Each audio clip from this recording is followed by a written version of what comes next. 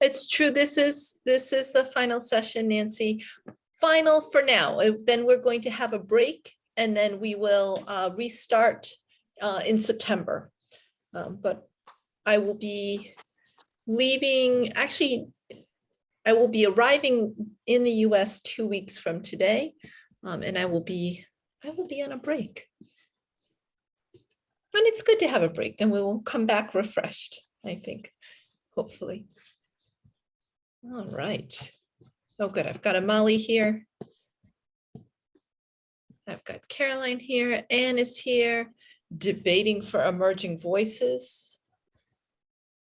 Eunice, Fancy, Jeffrey, Isaac, Leonard, and Nancy. And I'm sure others will be joining us shortly. All right, so tonight's topic, our very last topic, thank you very much, Nancy. And for you all as well, I think we've had great attendance.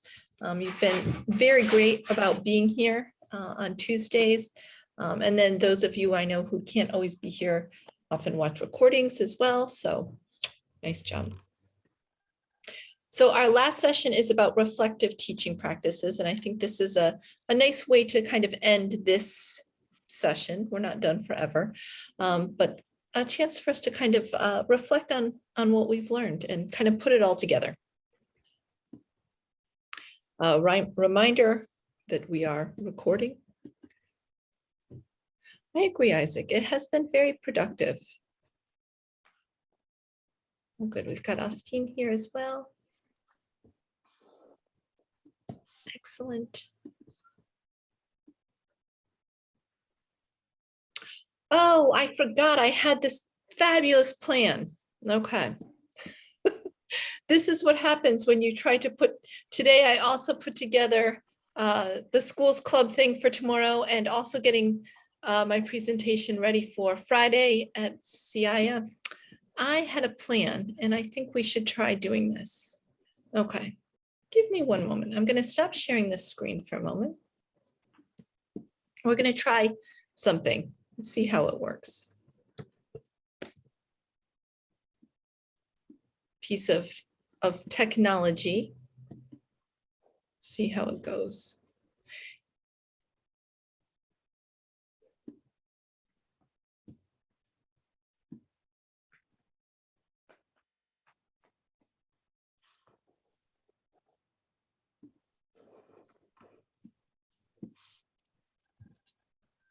Okay.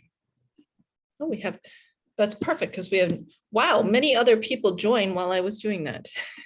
Excellent. Okay, Amali, I have room in my suitcase for you.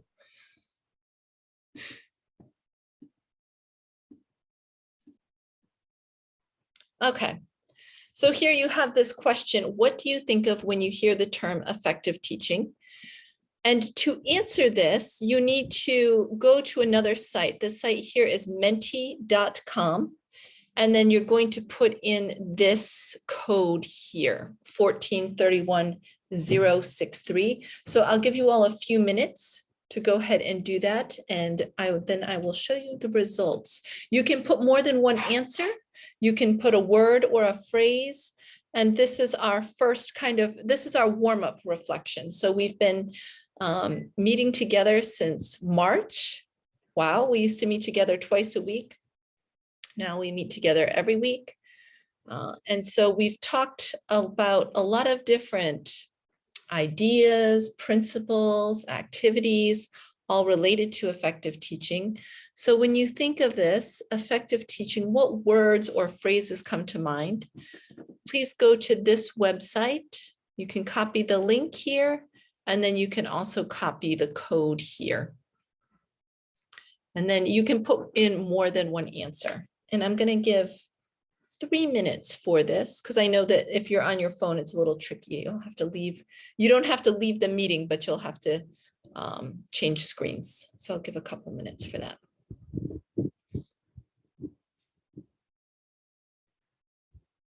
And actually, I'll put in something too.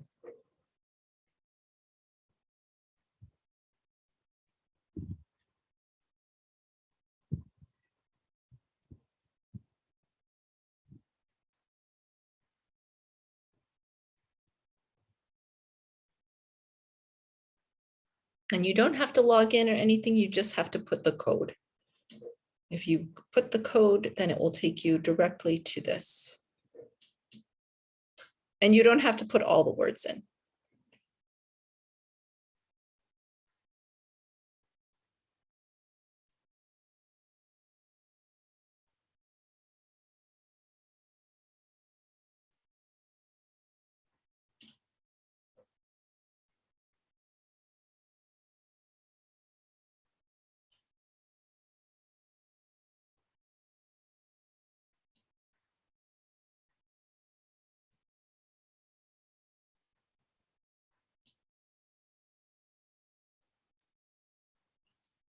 When you've put the words that you want, you just hit submit and it will put them in there.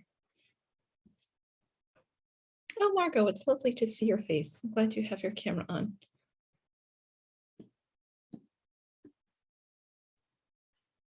Oh, yours says the site can't be reached. Try again. It should just be menti.com. Nothing else. Oh, interesting. Oh.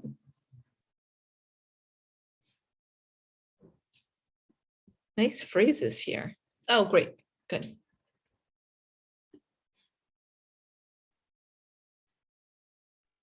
Mina, there's a purple screen that comes up.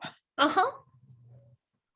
Oh, and it's saying, what do you think of when you hear the term effective teaching? yes, and you should be able to, the pop-up comes when you go to the Mentimeter site. Yes, because I put in the menti.com, And you put and in then the it code. brought me now another screen. It's saying please enter the code. Then I put the code, and then it took me to the purple screen. And then in the pop-up screen, are you able to put in an answer? Does it have some space, some blanks for putting in answers? Yes. Okay, And then a go ahead. submit button. Okay, then you've done everything. Now you can just relax for a moment. Good job. Okay, thanks. Thank you. I'll give about 30 more seconds. Yes, exactly, David. Some of the answers you've given, hopefully all of the answers. And Patricia, the code is right there at the top, 1431063. And you'll see that as the answers come in, they appear on the screen and it's making a word cloud, which is changing and evolving as you put your answers in. Yeah, I like this tool as well. It gives a nice visual. I think we could probably think of some ways to use this in the classroom as well. Although it does require technology, which I know students cannot use their phones in the classroom, but you could assign this as homework so that you could create that, they could do it at home, and then you could get the final result and share that with students. Okay. I'll give just a little more time. I think some are still working, and I see that our image here is evolving. So I'll give it a little bit more time. I see a lot of great terms and phrases in here. Honest. Group work. So the words that are the largest means that multiple people have put these in. So research, engagement, and group discussion seem to be popular answers. Very interesting. And good as well. Oh, I like this. Knowledge transfer, reflection, teacher knowledge, collaboration. Oh, I like some of these qualities as well. Honest, role model. Ooh, modeling, excellent. Oh, I see a lot of answers are coming in because it's changing quickly.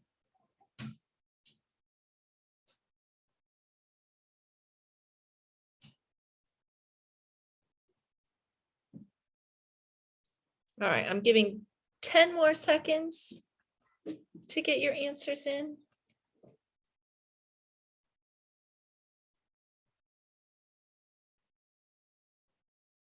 Effective preparation.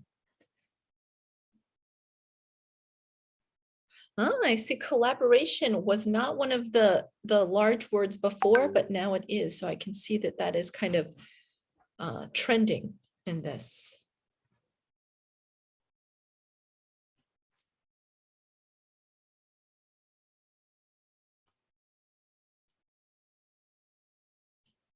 If you haven't got your answers in, don't worry.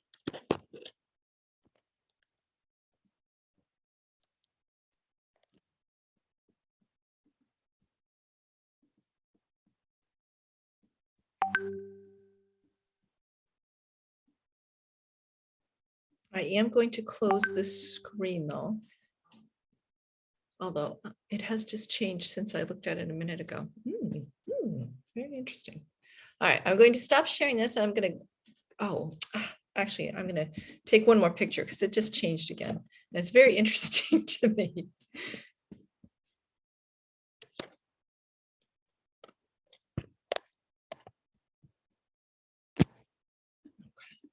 Also, it changes colors. It's also interesting.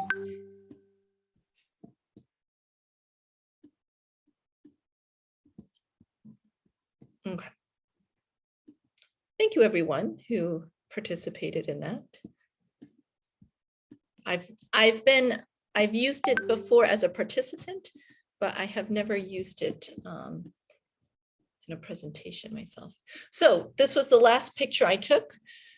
So what comes to mind when you hear the term effective teaching? We see a lot of excellent answers here. We see a diversity of thoughts, ideas, associations, and then we see some kind of some dominating ideas here: empowering learners, being a role model, engagement, collaboration seems to be the biggest one here, comprehensive approach, teacher knowledge, group discussion, learner-centered, and then we see that although they're sideways, integration and research also are larger. So this kind of takes all the answers and kind of puts them in a visual way.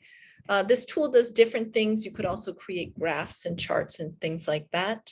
But here we're just kind of visualizing a brief reflection here. Very interesting. So this evening in this last session for now, we'll look at what is reflective teaching. We'll do some reflection and some analysis. We'll talk about implementing reflective practices. We have some congratulations, and then we'll talk about what's next. So we often ask our students questions. We ask them, well, what did you do well? What can you learn from this experience? What did you learn today? And when we ask our students, and maybe even our children, questions like this, we're asking them to reflect. We're asking them to reflect on their own learning, on their experiences. And this shows that we understand and we value the importance of reflection for our students. But reflection is also something that is important for ourselves as well, not just for our students. So defining reflective teaching can be a little bit tricky. There, like anything, there are different definitions and different ideas about what exactly it is. But one, I think, nice, very flexible definition is from an article in English Teaching Forum. Reflection in teaching refers to teachers subjecting their beliefs and practices of teaching to a critical analysis. So teachers taking the things that they believe and the things that they do and critically analyzing them. And this term, I know this term critical, sometimes we think of it in a negative way. For example, if someone is critical about what you are wearing, or someone is critical about your job. But when we're talking about critical thinking, critical analysis, it doesn't have to be negative. It just means that we're looking at it deeply. Not necessarily to criticize. We might be looking at it to praise, but basically to look deeper at it. So there are many benefits to this. One of the benefits is that reflection moves us beyond routine and habit. Often, if you ask someone, well, why did you do that? Well, I did that because that's what I always do. When you come home, why do you, I don't know, sit down and get on your phone? Well, that's my habit. It's what I always do. And this is true for the classroom as well. Why do you always start with this activity? That's what I always do. Why do you use this book? Well, this is what we used last year. Why do you, I don't know, use that term? That's what my teacher used with me when I was growing up. Critical reflection asks us to examine these things deeper and not just function out of habit or routine, but to be more intentional and more conscientious about what we do.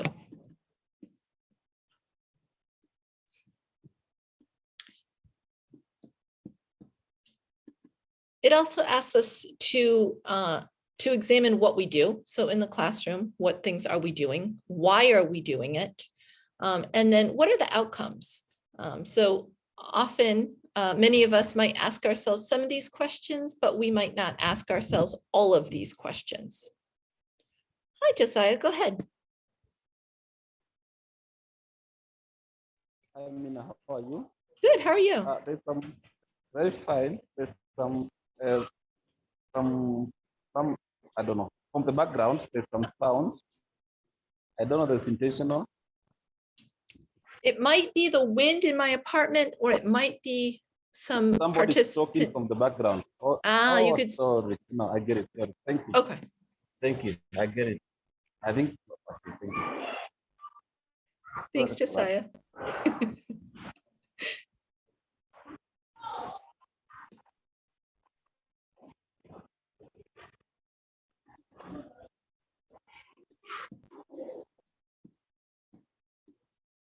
All right. Reflective teaching is also a very important part of our professional development, and I would even say part of our personal development.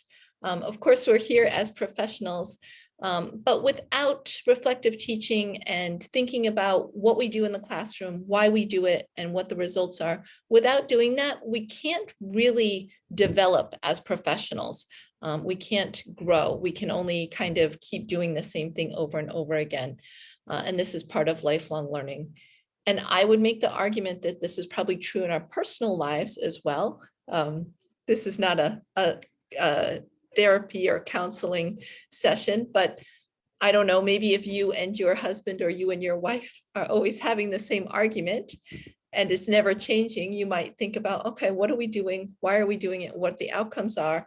And by asking those questions, maybe we can start to change those behaviors and have new, more interesting arguments with our wives and husbands instead of the same ones. The other nice thing about reflective teaching is it's pretty flexible and it can be carried out in a variety of ways. So there's not just one way of doing it, and we'll talk about that after.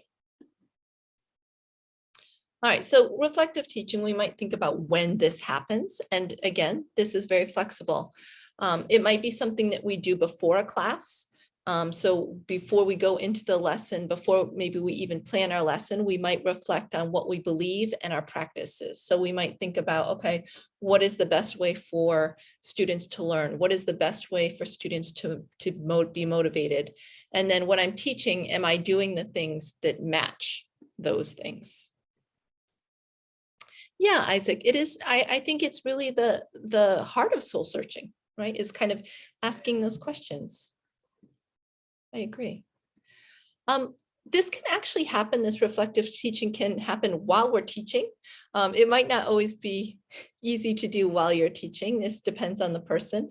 Sometimes while we're teaching, all we can think about is just finishing the lesson.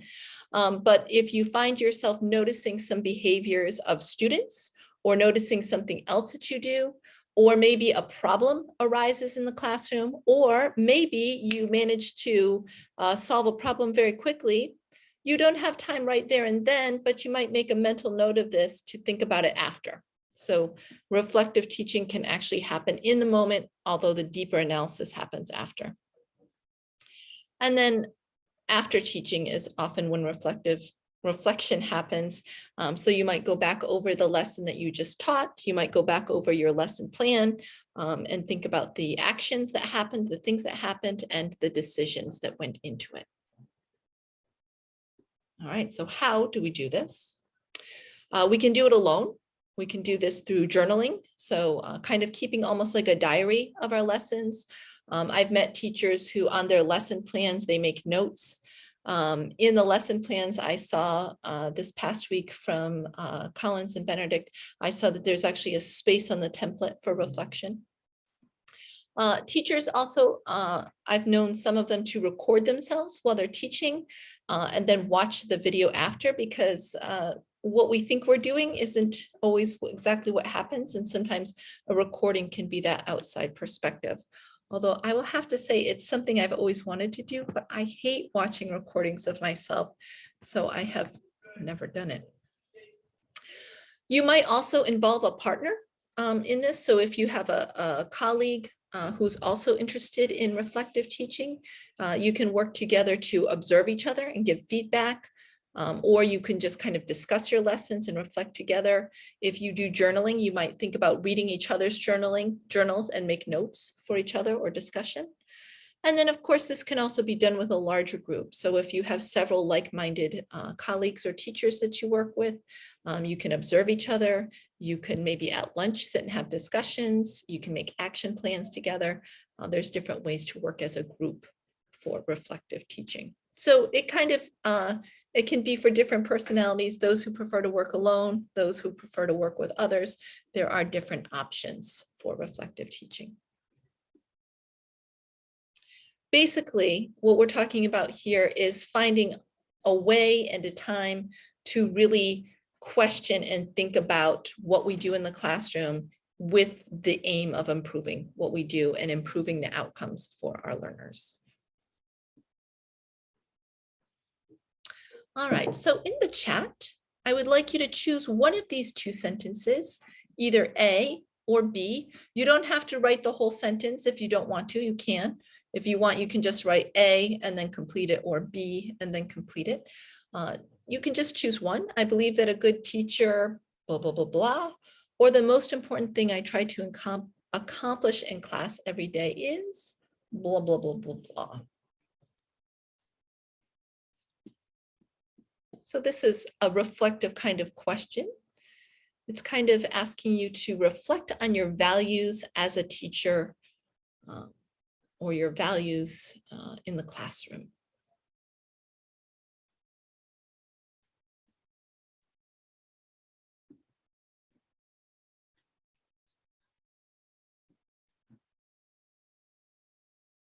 I should have also mentioned this earlier, but if you don't have a pen and paper with you, or pencil and paper, you might want to grab one because what we'll be doing next is going to require some note taking. I see Margot has her pen. Looks like Amali's got one as well. Or if you're a person who likes to note take on your computer, you can do that as well.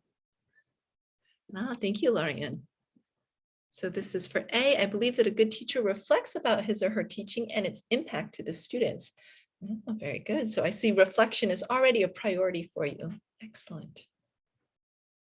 Kari says, the most important thing I try to do, sorry, I can't even read what I wrote because this is in the way. The most important thing I try to accomplish in class every day is equity. That's very excellent, Kari. That is a great value in the classroom, equity. Excellent. Josiah says, I think a good teacher listens to his or her students. That makes me so happy to read. Nancy says, I believe that a good teacher is kind and considerate with their students, one who allows for free thinking, innovation, and creativity, and allows room for, these are coming in so fast, allows room for being wrong and corrected. Oh, I love that. Excellent. Isaac says, I try to transform and make a difference in learners' lives. Margot says, is to accomplish the day's objectives. Excellent. That is a very practical and I think an excellent lesson planned approach. That's why we have objectives. Excellent. Eunice says to note their mistakes and rectify them. Very good. A good teacher is a mentor. I agree. Anne says holistic education. So not just language, not just the mind, but this kind of whole person approach. Fancy says concerned about learners all around growth. So similar to the previous answer. Very good. It's kind of whole person thing. Oh, Eunice, identify my strengths and weaknesses for the lesson and work on them. So we're kind of looking inwards. Molly says, I think a good teacher allows students participating in class and rectify where possible. Very good. But that participation is necessary. Good. Benedict says, I believe that a good teacher is ready to learn a new concept every day, encourages learning in every single lesson. Very good. So the teacher is also learning here. Great. Judith says, a good teacher is observant of students' behavior and notices changes.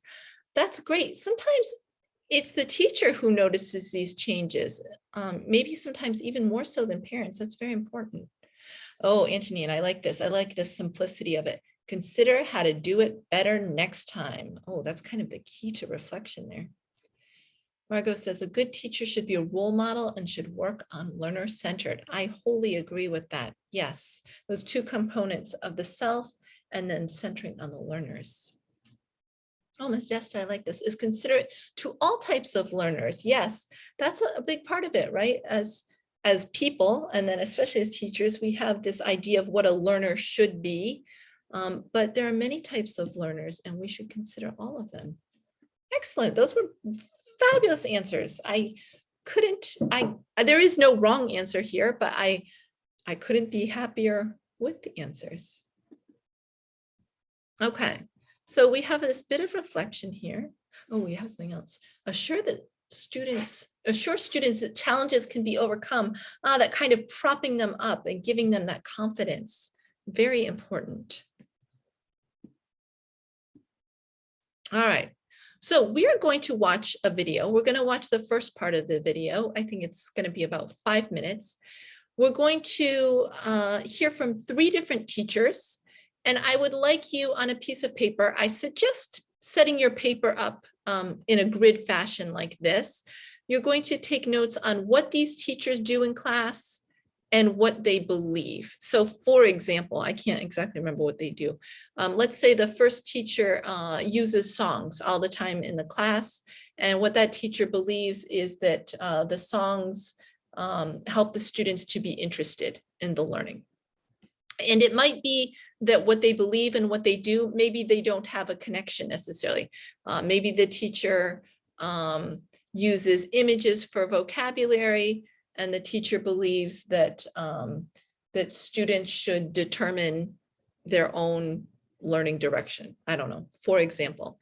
You don't have to write full sentences, just some notes. And this is not a quiz. I'm not going to quiz you on it after. The notes are just to help you remember for the next part of the discussion. And before we go into that, I just want to see what else we have here. The most important thing I try to accomplish every day is the set learning outcomes. Very good. Similar, I think, to something Margot said earlier about accomplishing the objectives. And Lorian says, likewise, likewise, equity, growth, and helping students reaching and learning objective standards. Very good. Very inspiring teachers. All right, I'm going to stop sharing here so that we can go to the video. We're going to watch the video, note take, what are some of the things the teachers do in class, like in terms of activities or mostly activities, and then they're going to talk a little bit about their beliefs as well. So you're just going to make a note of these 3 things, or these 2 things for each teacher. And then we'll have some discussion after that.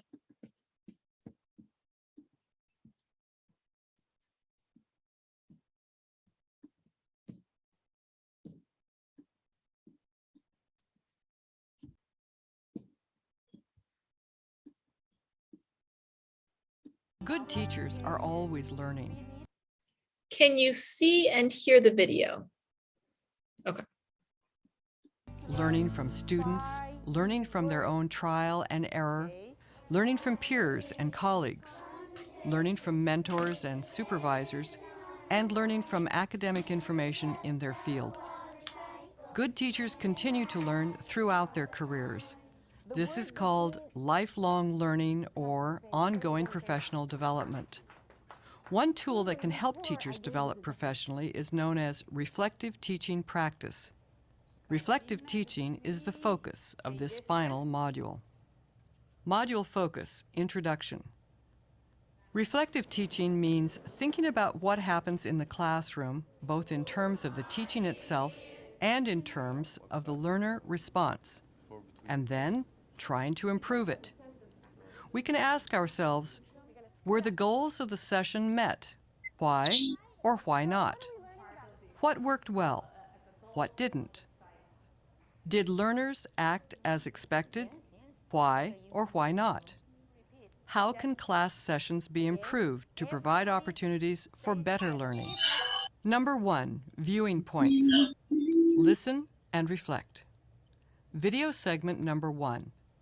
Look in the manual for the Reflective Teaching Practice Observation Guide. Think of a class you have recently taught.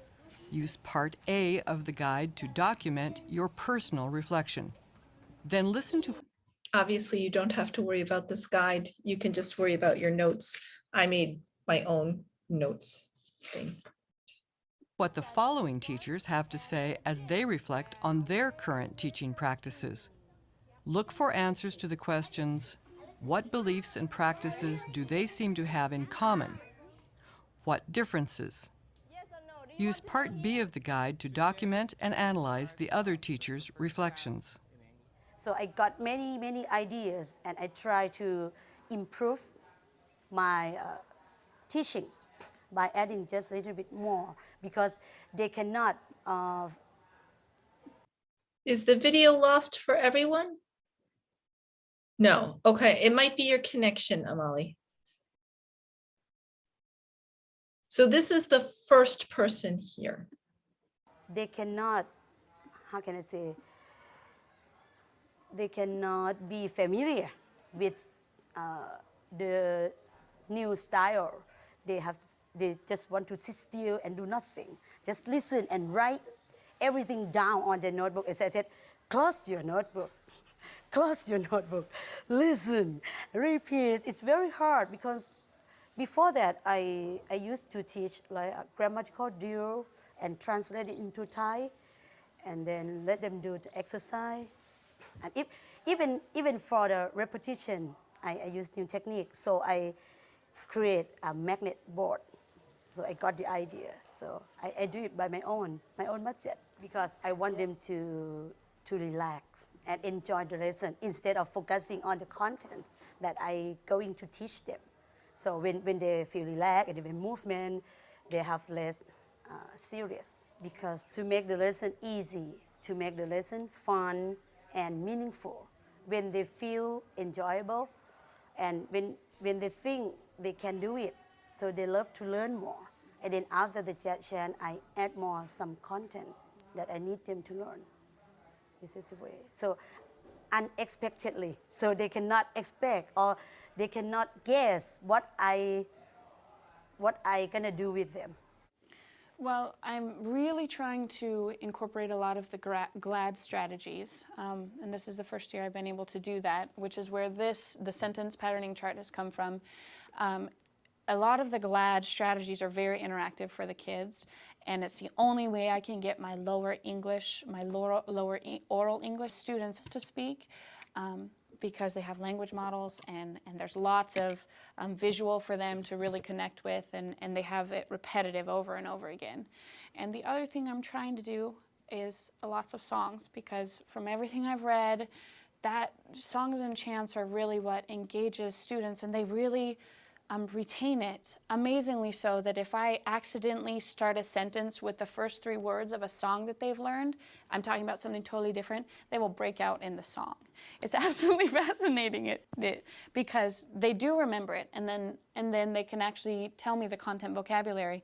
It's not just they're singing some random song, they're really getting it. And so I'm trying to do that. My stress, obviously, with that is I'm not a singer. And so it's like, it's very nerve-wracking for me, but but they're very accepting. So So I don't believe that the teacher is the only person they can learn from. No, if they're kept actively involved, working together, they can learn from each other. It happens all the time. So I like doing group work. They enjoy doing group work. Sometimes if I don't do it in one class, they ask for it. Miss, let's work in groups. Now it becomes a problem if I'm doing a test and I really want to kind of, you know, look at individual performance. Then it becomes a problem and they say, why don't we do it in groups? Believe me, sometimes I decide that if they are going to learn from each other, okay, and I switch and I say, fine, then do it in groups.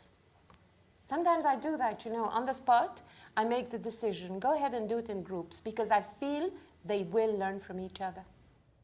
Summary. Now compare parts.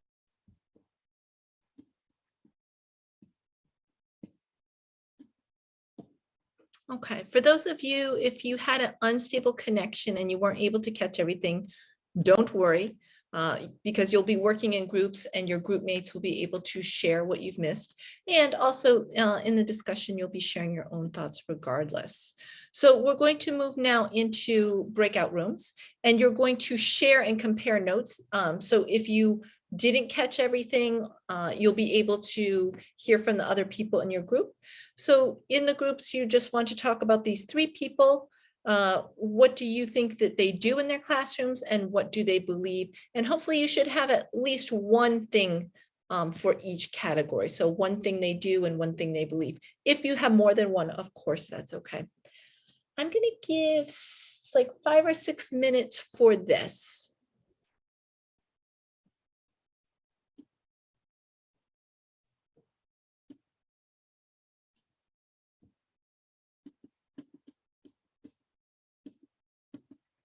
Okay, and I've got about 3 to 4 participants in a room, so you should have enough people to share, but not too many.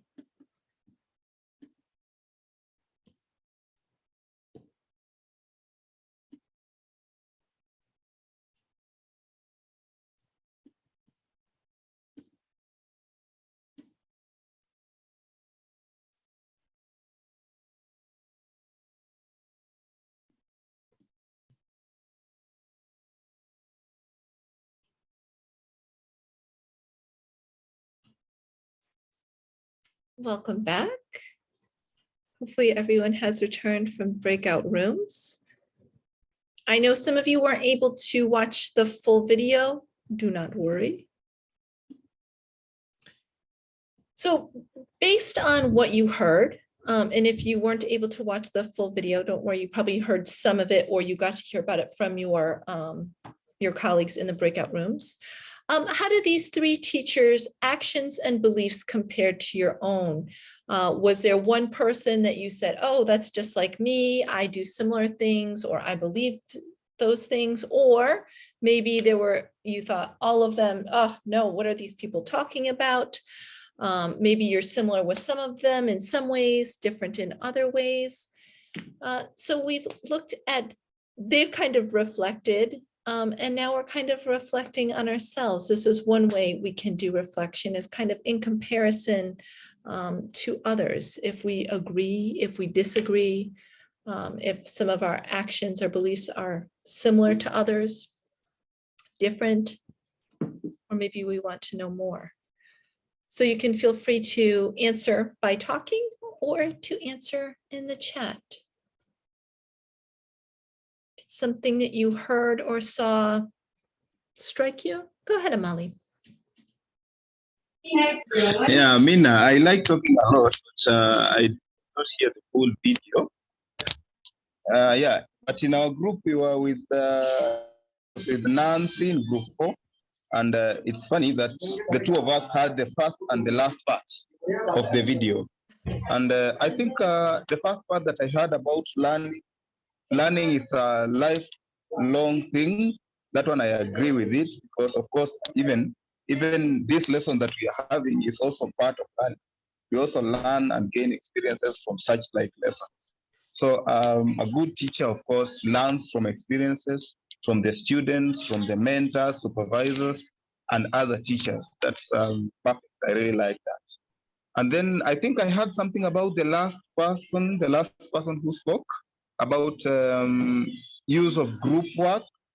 That one, I agree fully with that, because sometimes, you can go to class and you want to deliver something, but when you use group work with other students, when students learn from other students, it becomes even more effective than how you can teach them as an individual or as a teacher. So they believe that students learn from each other, so that the teacher is not the only source of learning.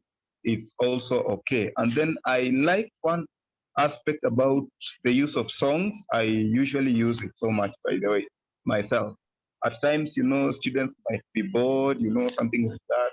And then you introduce a relevant song which they know in class, and it kind of incites them or inspires them to learn, and even it becomes even learning more effective. So I think the two beliefs that I had, they are perfectly well situated from my own point of view, and I usually use them a lot. Very good. So a lot of that resonated with you. Awesome. Thanks for sharing. Margot, your hand was up, but it went down. Maybe you disappeared and will come back. In the meantime, oh, go ahead, Margot. Not really. Actually, I put my hand down because almost what I wanted to say, Emily has said all of it. We agreed the same thing in our group 7. Yeah. Ah, so you're very like-minded So I was teachers. like, yeah. So we agreed about the group discussion, which helps the students to be more engaged in the lessons. Then the fun games and the songs, which are also more engaging. And the other one was not taking notes. The first teacher talked about children not taking notes. They just listen and reflect, which will engage the students and have more fun because they're going to be free with each other. Then the group discussion is what I really agree. As being a student, I would feel that when I was with my classmates and we discussed something, would engage more than if a teacher just came and taught us, because we'll have more different points from each other students. Yeah, we totally agree with the 3 teachers. Yes. Oh, awesome. Oh, I think you would all be a good group then to meet. Go ahead, Josiah. I was in group 5 and almost agreed with what others have said, but now when we talked about discussion, when they add value to class, they also make students, it's what we call peer learning. They learn better from each other if they have the content, the correct content. For example, if you are teaching nouns and you may explain from your center of view, but if you give the students to learn from each other, it makes more sense to them.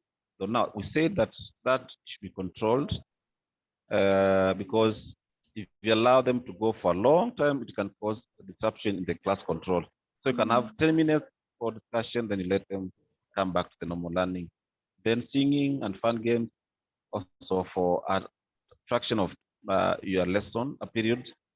So if you have 40 minutes, maybe you can say, let's start with 5 minutes of singing.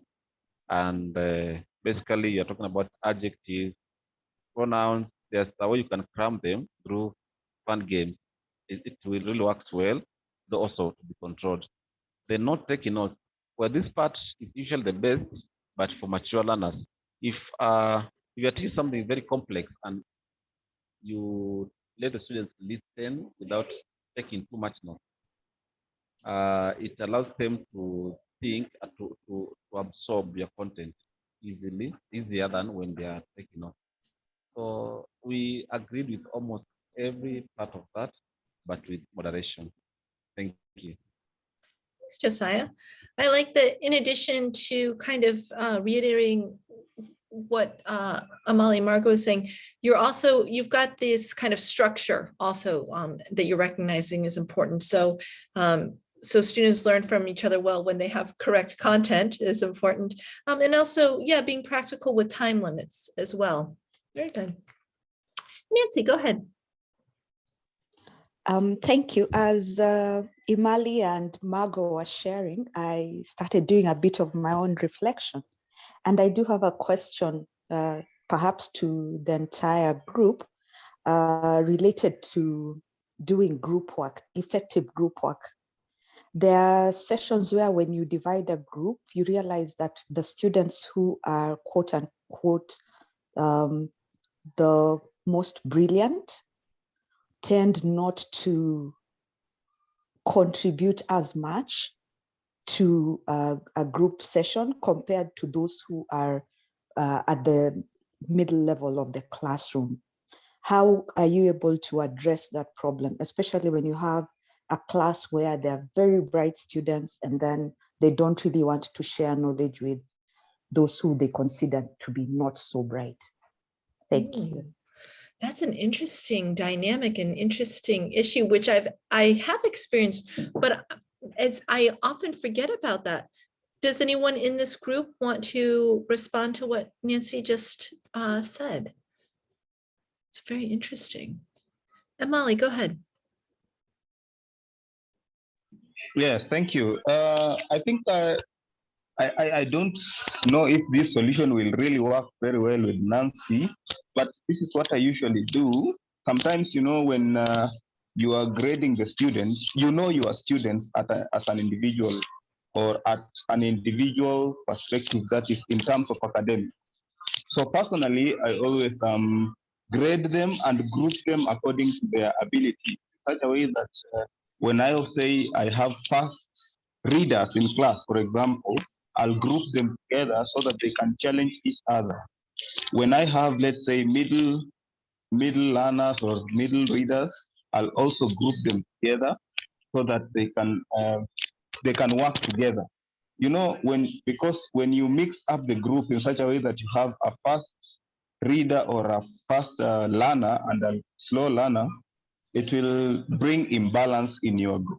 So I always group them according to their abilities, so that in such a way that if I see somebody is graduating slowly, maybe from the low group, I of course graduate them, but by my own means. But that one should be controlled.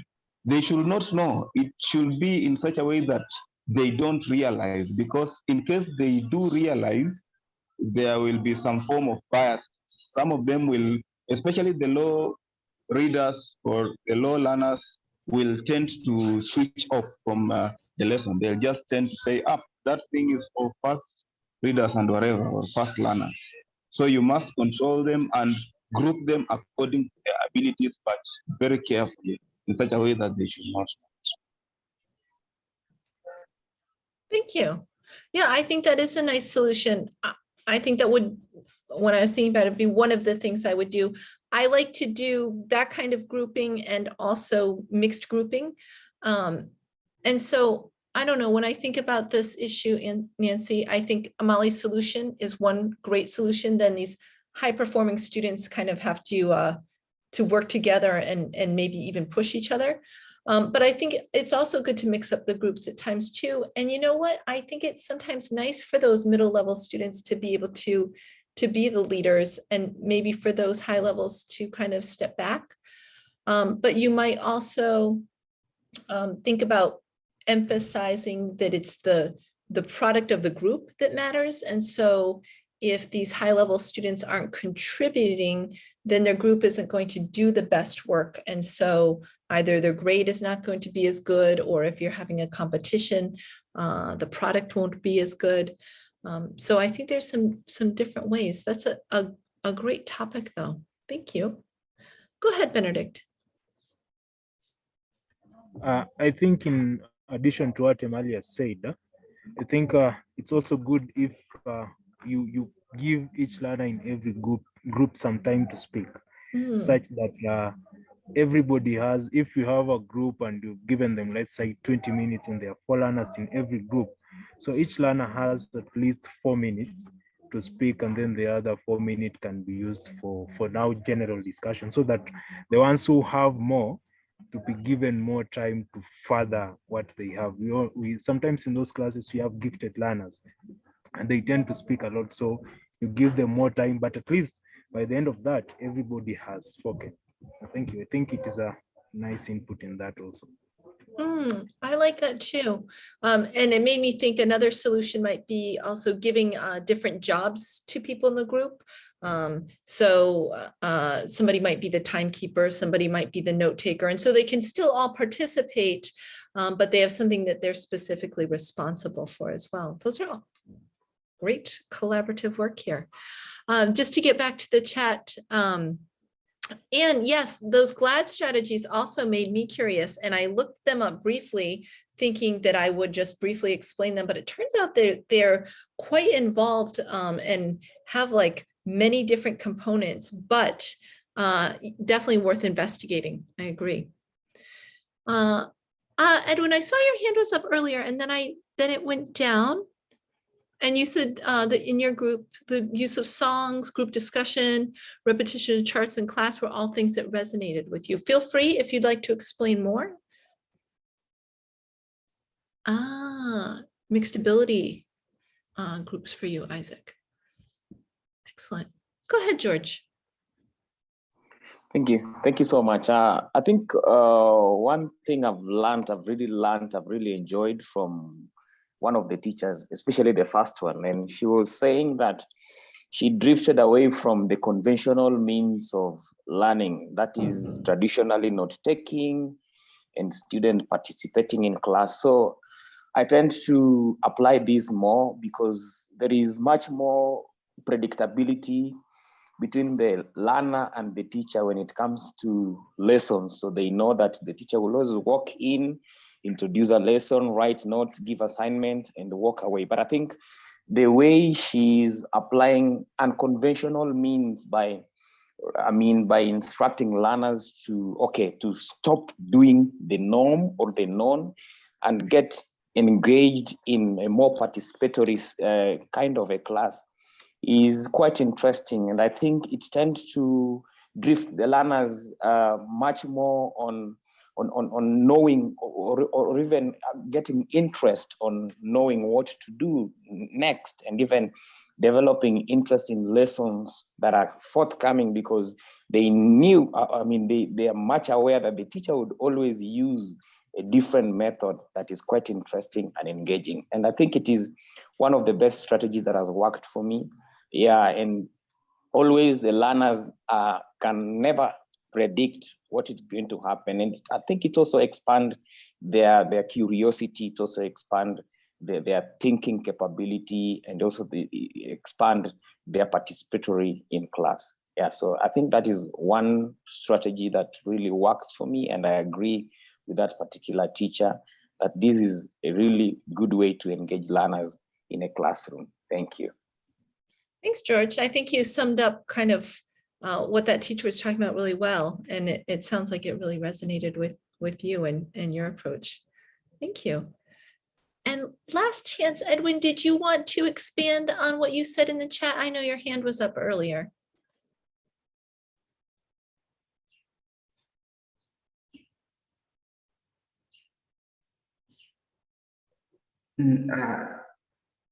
Thank you so much, Mina. I just wanted to, I was concurring with whatever Emali and Max said. So I said there's no need of I continue repeating the same. So thank you so much. Yeah, that's why I just shared a short form of it. Gotcha. Thank you. Well, thank you for sharing with us. All right, we're going to move on. So again, I have 2 sentences here for you to complete in the chat box. You can complete one or both. As a teacher, my hope for myself and my students is that, or my plans for the future are to. So here we have 2 kind of prompts that are kind of guiding us forward, thinking about the future and kind of goals. So you can go ahead and put your answers into the chat. Thinking about your hopes, your plans, your goals in terms of your teaching and your students' learning.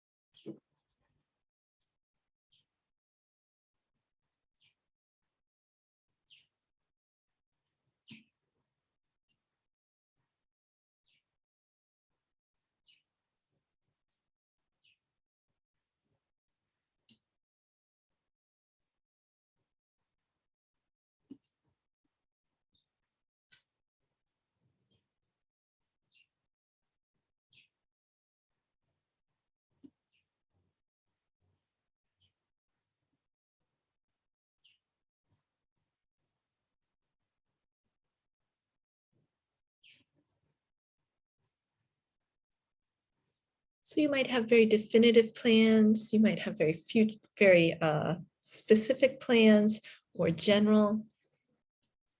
Oh, that is a great hope for your students, that they will become useful and resourceful members of society. That's like the ultimate.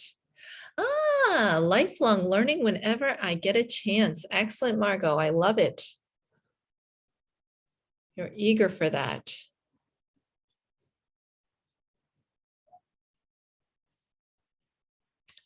Isaac says, my plans for the future is to embrace reflective teaching through journaling. Oh, so you've got a specific plan. Excellent.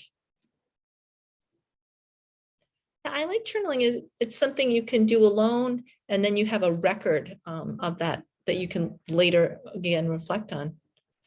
Irene says, my plan is to keep learning to improve on my delivery. Excellent. So something specific that you are focusing on. I love that. Josiah says, to have our objectives achieved during the education process. That is an excellent goal, an important one. Modesta says, I deliver my content to the students and they not only enjoy the lesson, but also to apply the knowledge in their lives outside school. Excellent. So in school, there's joy, and then they're taking this out with them. Great. And says, inculcate in students a culture of inquiry or research to enable them to be better writers and readers. And I think better people as well. I think when we have that culture of kind of curiosity, oh, that's great. Amali says, my plans for the future are to learn more about dynamic learning methods, getting a scholarship, and becoming a lifelong learner PhD. Whoa, big goals, big goals. Maybe we have a future minister of education. Nancy says, my hope for myself and my students is that we will always have a positive atmosphere for conducive learning. I love that. I think that is kind of like the heart of everything. If we don't have that positive atmosphere, it's hard for us to really accomplish anything. That's great. Benedict says, as a teacher, my hope for my students is they gain practical and applicable content that can be used in real life. Excellent. So great, taking that and having an actual practical use and application. So important that this learning is something that we can take out and actually use as well. All right. Next. Okay, so we're going to watch the rest of this video. Oh, transform my students into useful members of society. Right, and that way we're doing a service to society as teachers, which I think is very important to remember. So we're going to listen to 4 teachers who are going to talk about their hopes and plans. And you're just going to take brief notes just for your own memory about what these hopes and plans are from them. I've got 2 more things in the chat. My plan for the future is to take up more LPAC activities and commit to attending more lessons. Oh, I think that is a fabulous goal. And Modesta says, widening my teaching methodologies to make learning more interactive. Excellent. Yeah, well, there's many things out there, so we're always trying to expand our repertoire. Great. Antonine's hope is that her students become useful members of their societies, and her plan is to engage varieties of learning strategies to have all students on board, that inclusivity. Great. Benedict says, my plans for the future is to inspire learners to be great and pursue my higher education. Excellent. So inspiring others to be great and for yourself to be great. Oh, I love it.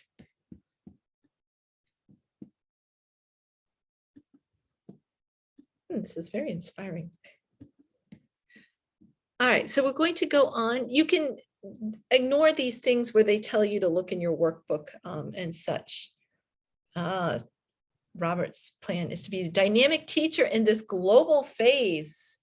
Yeah, I think that's an important point in this kind of, students have choices now. They don't necessarily in your school, but as time goes on, they have more choices in our global world. There are more options. And so it is also just part of our competitive need to be these better teachers. All right, so you're just going to take on these 4 teachers and their hopes.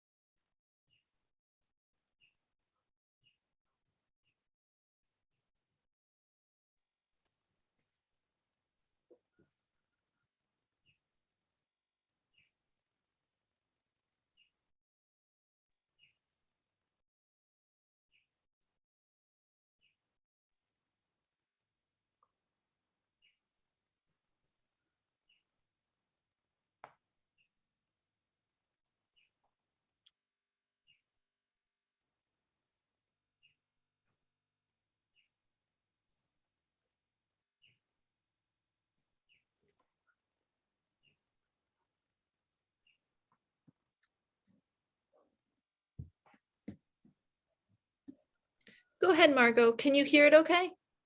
We can't share the clip. There's no voice. Oh, okay. Thank you.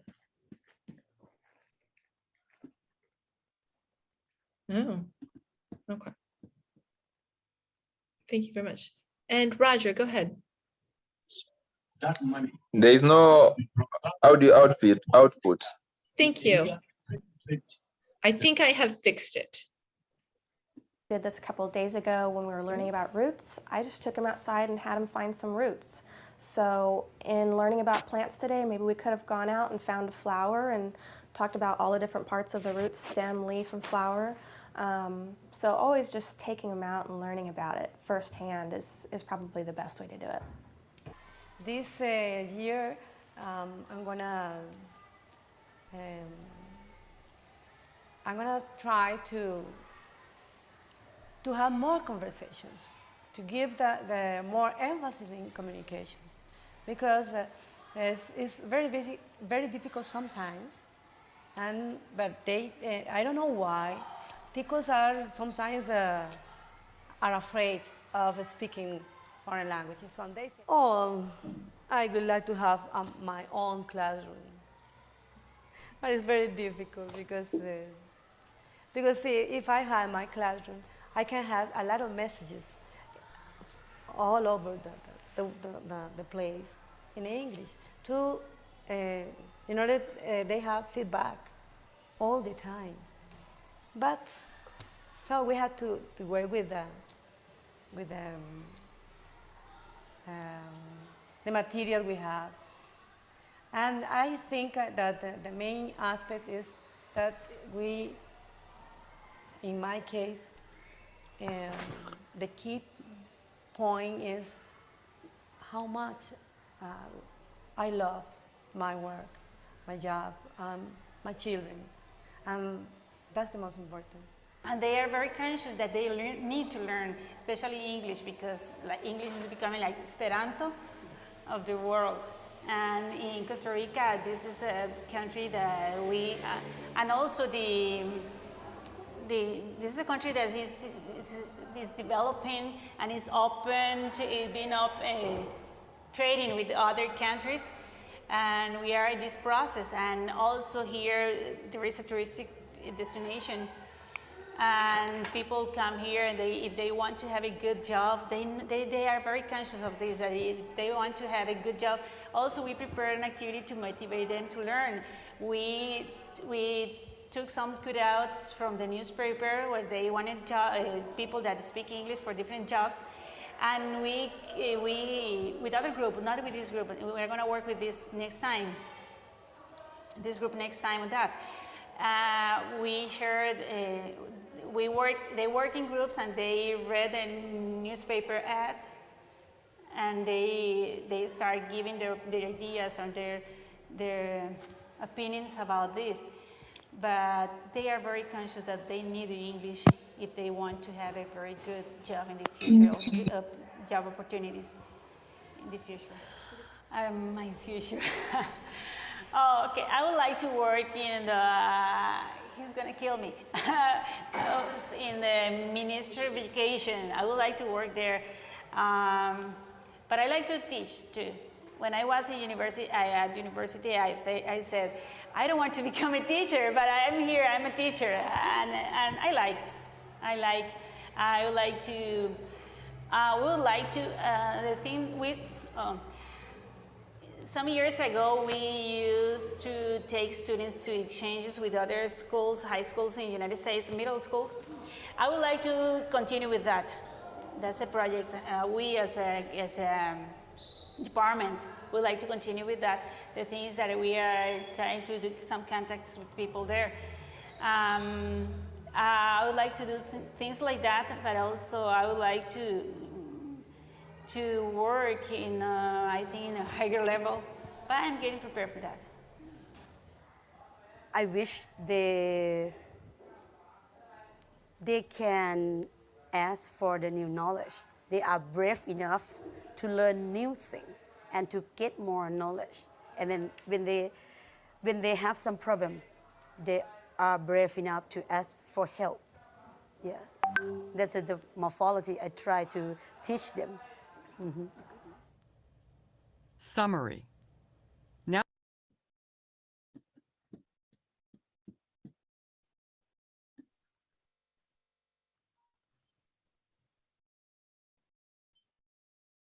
Oh, did you? I see, sorry, I couldn't see the chat and I still see people saying no sound. Were you able to get sound eventually? Okay, I see Margot nodding. And I also see there's a plan to train students to be future teachers from Felix, which I think is a great goal. All right. We're not going to, I had planned for us to go to breakout rooms, but because of time, we're not going to go to breakout rooms. But you kind of just shared your hopes and plans. And I want to know if you have any specific plans to improve your practice. You can share in the chat, you can speak out loud. So you shared a lot of general goals, but I don't know if anyone has specific plans for improving their practice. Thank you, George and Patricia. Some of you did mention some things, expanding your methodology. I know Anne said that she's going to look into what was previously mentioned, the GLAD strategies. But I think it's good to have a specific plan. Isaac mentioned journaling as something he plans to engage in.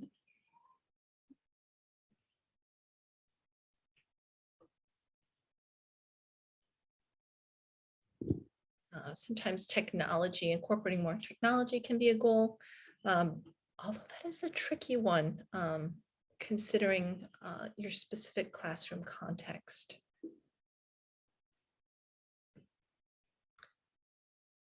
I'm going to move on to the next part just because of time, but I will be keeping an eye out as I see this chat. TechnoSparks says, make instruction practical and real as possible. I like that emphasis on authenticity. I think it's something we saw in the video as well. Oh, unfictionalized aspects to the learners. I love that phrasing, because yeah, a lot of times a lot of these situations and such are kind of imaginary, and so they may not really be appealing to learners. That's awesome. Judith says, plans to find ways that will make students enjoy reading literature on their own. Oh, if you can do that, that would be great. Oh, Celestine, you're going to engage your students with debates and enhance speaking skills. I hope that you have signed up for Rukia Mohammed's Fluent U initiative. We'll be debating. Isaac says, I also hope to improve on my communication skills. For yourself, how best can I reach out for my learners and get feedback? That's really important. I like that you've mentioned that, Isaac. Sometimes it's hard to get them to say what they're really thinking and feeling.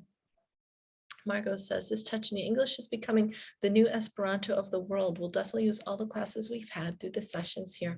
I actually loved all the methods of teaching. Margot, that also resonated with me when she said it's the new Esperanto of the world. Esperanto was going to be our global language. And I know one person who speaks it, but yeah, it's English basically now.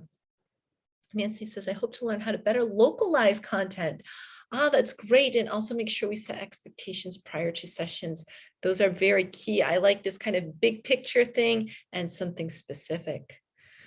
Patricia plans to fully engage students in my teaching by specifically asking them to evaluate me. Excellent. I think that's also a tool for reflection, is seeing this kind of feedback we get from students and what they wish to improve.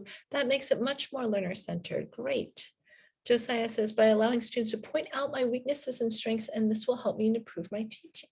Oh, Patricia and Josiah, excellent. Yeah, I have to say, this is kind of the sign of people who truly want to develop, because of course we're going to hear a lot of great things from our students, but we're also going to hear things that might surprise us, and we're kind of opening ourselves up to that, which takes some courage. Excellent. Yes, thank you. That's a much better definition than what I said, Margot. I didn't realize it was that old. So if you are going to be journaling or doing discussion or anything like this, or using discovery and inquiry-based method of teaching and learning, like Lillian, these are some different questions that may help guide your reflection. So here we have some lesson objectives questions. So some questions you might ask yourself when you're planning or doing lesson objectives. And I'm not going to go through all of them. You'll find them on the PowerPoint in the chat after. These are questions for activities and materials. So the activities you do in class and the materials that you use. If you're seeking to reflect on the efficacy of them, these might be some questions that you use in your journal, or if you're doing pair or group discussion. Oh, George, my biggest plan is to make learning more practical and interactive. I think benchmarking is such a hallmark in the entire process of learning. It bursts learners' bubbles from being comfortable with one method to the varieties being offered by other teachers and students. Yeah, growing them, challenging them to kind of get out of their comfort zones. I love this. And then if classroom management is an area that you're seeking to reflect on, and I have to say, it's not an area I'm great at. So these would be some questions that I might want to use as well. So these are just some ideas about questions that could guide your reflective process.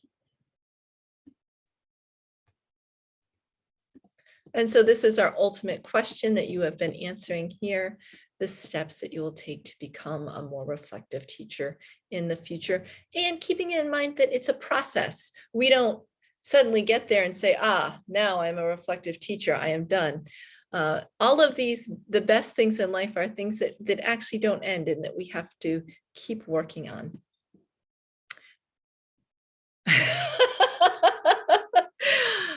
And I love it. I love it.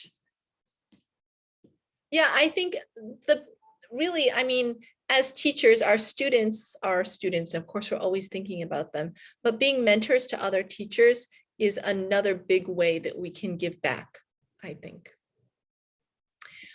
If you liked the videos that we just watched, there's a whole series here on all different topics, and there's a workbook that goes with it that you can use as you like or not like. But they all have videos with like question activities that go with them. So there are things that you can use yourself for your own professional development, or if you are mentoring or training others, this is a nice resource as well, available for free. It's on the American English website. So congratulations. So this week, today I received some more Certificate of Mastery projects, but I haven't had a chance to look at them yet. But earlier in the week, I got a couple projects. So I want to give a congratulations to Celestine. She sent a reflection about using a game, I Have Never, in her classroom. She's using it specifically to focus on speaking and listening skills, because students aren't just speaking and listening because the teacher said, okay, tell your partner this, listen to this. The game provides an authentic motivation for students to share about their experiences and to listen carefully to each other, so that they know best how to respond. So I thought that was a really nice reflection that showed her ability to apply a concept from our sessions. Collins also submitted, or actually he did a demo teaching. Austin was able to go and observe him in Benedict and do observations. And so I didn't get to see this is secondhand, but I got to see pictures, videos, lesson plan, and also hear from Austin about what he thought. So Collins, you did a grammar lesson, and he was able to use this target grammar to allow students to share their real ideas and opinions. So this kind of meaningful use of language, and then a really nice lesson plan that really scaffold the lesson in terms of what steps happened and what the order of activities were, and also using images to prompt speaking. And then finally, Benedict is also at the school, and so Austin was able to observe him as well. He also taught a lesson about grammar and had students collaborating, working together, and they created puzzles with the target grammar. And his lesson also used objectives very well, nice sequencing activities, and an awareness of different learning abilities and how to deal with that. So I want to give a congratulations to all three of you. Really nice examples of how you've used the knowledge from these sessions in your lessons. And so I look forward to giving more congratulations, but it won't be in a session, so we'll talk about what's next. The Certificate of Mastery submissions, again, are due July 31st. And then Austin had a message in the WhatsApp chat for everyone who participates to put their full names, how they want their digital certificate, their name on their digital certificates. Everyone who attends these sessions will get digital certificates, but we also have the Certificates of Mastery, and we also have a couple other kinds of certificates as well. I'll be seeing you in September unless I see you sooner. I'll let Austin take over from here.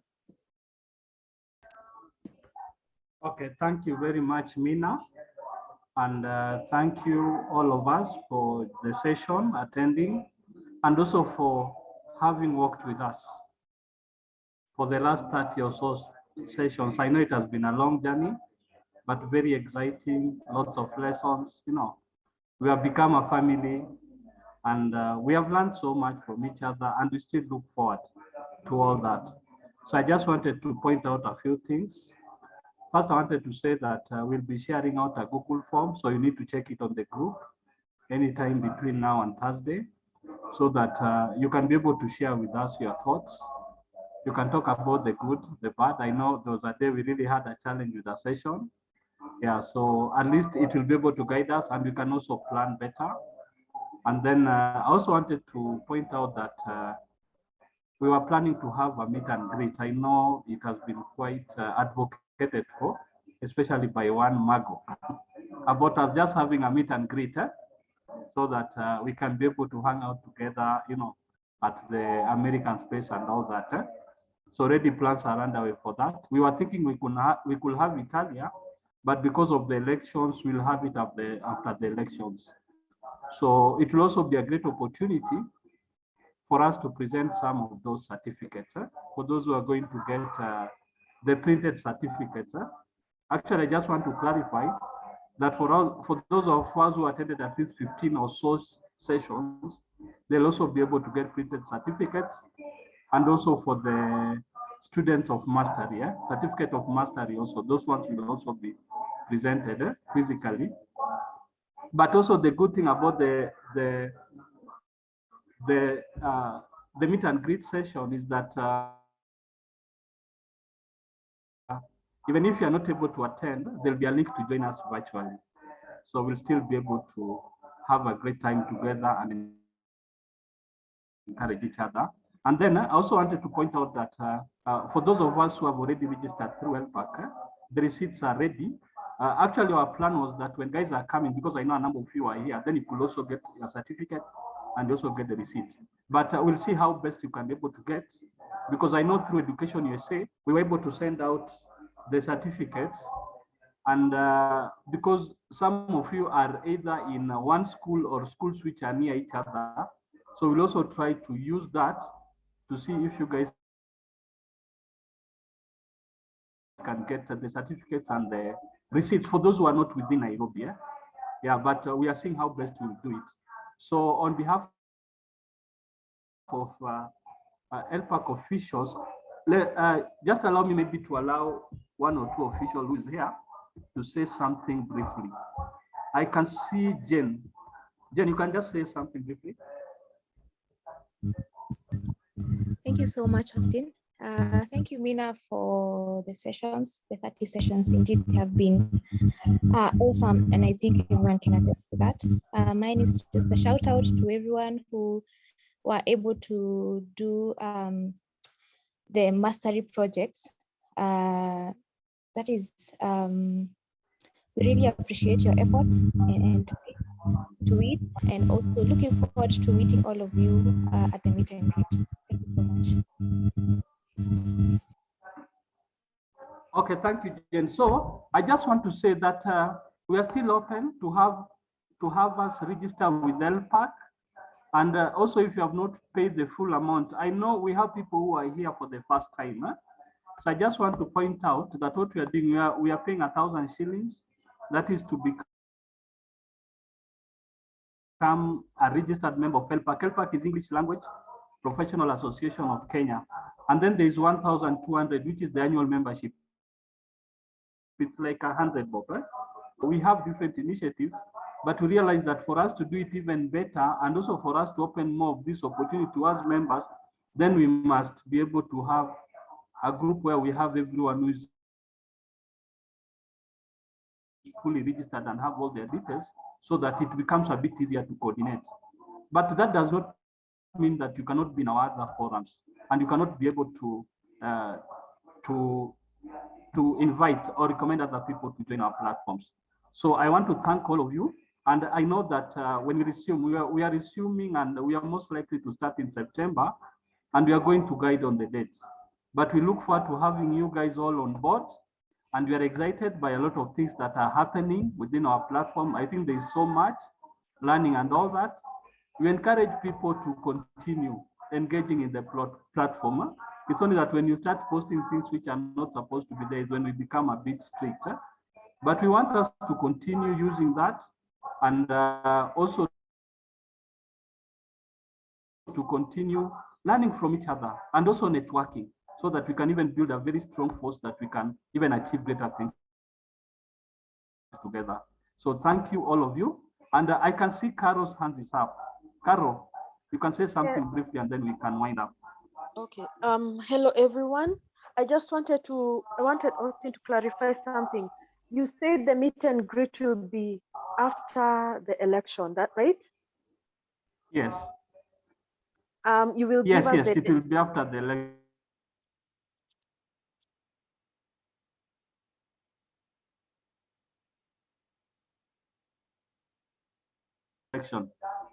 To involve many offices. The has to be involved, the embassy has to be involved, the American space has to be involved. And the suggestion that was given, because we want them to be part of all this, so that we can celebrate this, our small celebration together. So the best advice that they gave us was we can have it after the election. So the date we are going to clarify, but we have a meet and greet plan that we are going to have, where those of us who can come will join us. Those who are not able will join us physically, virtually, but we'll have a great time together. Okay. Yeah. Will Mina be there? That one we are not sure because of the dates. Yeah. But yes, she'll be there, but she can be there physically or virtually. So no worries about that. Okay, thank you. Yes, but she'll be able to join us. Yes, Jumas. Yeah, just one more, please. Bear with me so that we get. Yes, Jumas. Okay, thank you, Austin. I thank you very much. I thank Mina for the awesome work you've done, people. I hope that you're going to meet again soon. But my concern is this till number for where we put our subscription. Please remind us about it. Okay, those ones, we are going to share the details on the group. And if anyone has a challenge, normally I share my number so that we are able to do that. Actually, what we'll do afresh, we remember that when we were at first paying that, there was a form that we were filling with our details. But because we had a lot of people who had challenges with the form, so we said that when you want to register, and the form should not stop you from doing that. So what we'll do is that we'll first have everyone register, then they can fill that form again, so that we can still capture all the details. Yeah, but Jumas will be able to share that detail in the groups after this. And please, if you are here and you're not part of the LPAC virtual group.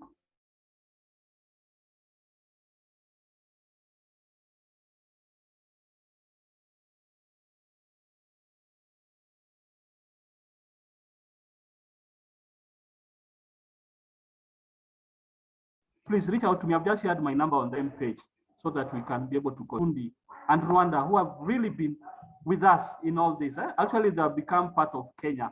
That is Lorien. Is Lorien here? Okay, Lorien is not here. Yeah, so I want to thank you all. Mina, back to you. I hope to be at this meet and greet. It depends on the date. I do have, when I come back to Kenya in September, I'll be in Nairobi for about a week for orientation. So if it happens then I will definitely be there. I would love to be. I think it is definitely time for me to meet more of you in person. But I also just wanted to say thank you to all of you, not only for being here and participating, which we wouldn't be doing. We wouldn't be doing this if you all weren't here, but also just for just participating so actively, so that it's been a great learning experience for me as well.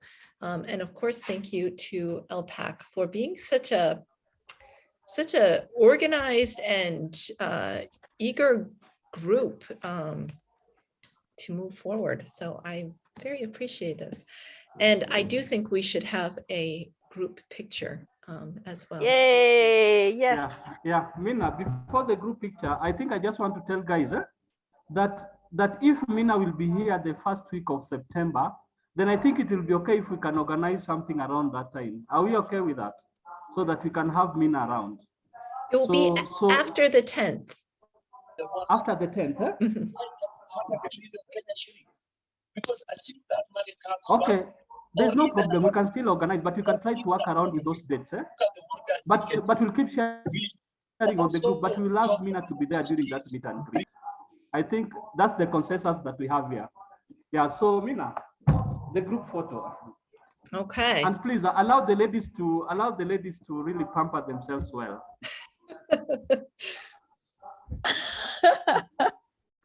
My lighting is terrible.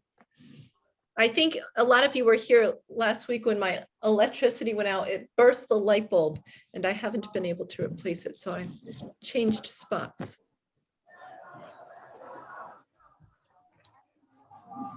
Okay, are we ready for our photos? We'll do one like this and then I'll do some of the funky ones. Okay. 3, 2, 1.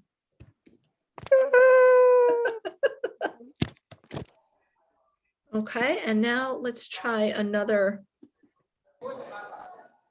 type of photo. We have these different, how do I do this?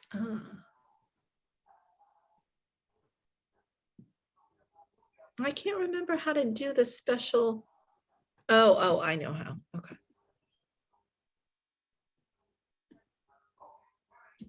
I'll do the student one. Okay, we're all in our lecture seats. 3, 2, 1. Ta-da! And we'll try one more.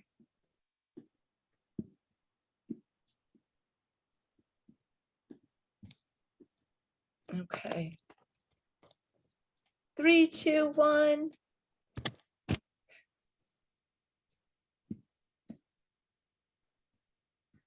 Thanks, everyone. I will share these photos. I'll share the PowerPoint and the video later on this evening. I hope you all enjoy the break. Maybe some of you will be at CIA's conference on the weekend. And then otherwise, I hope to see you face-to-face in September.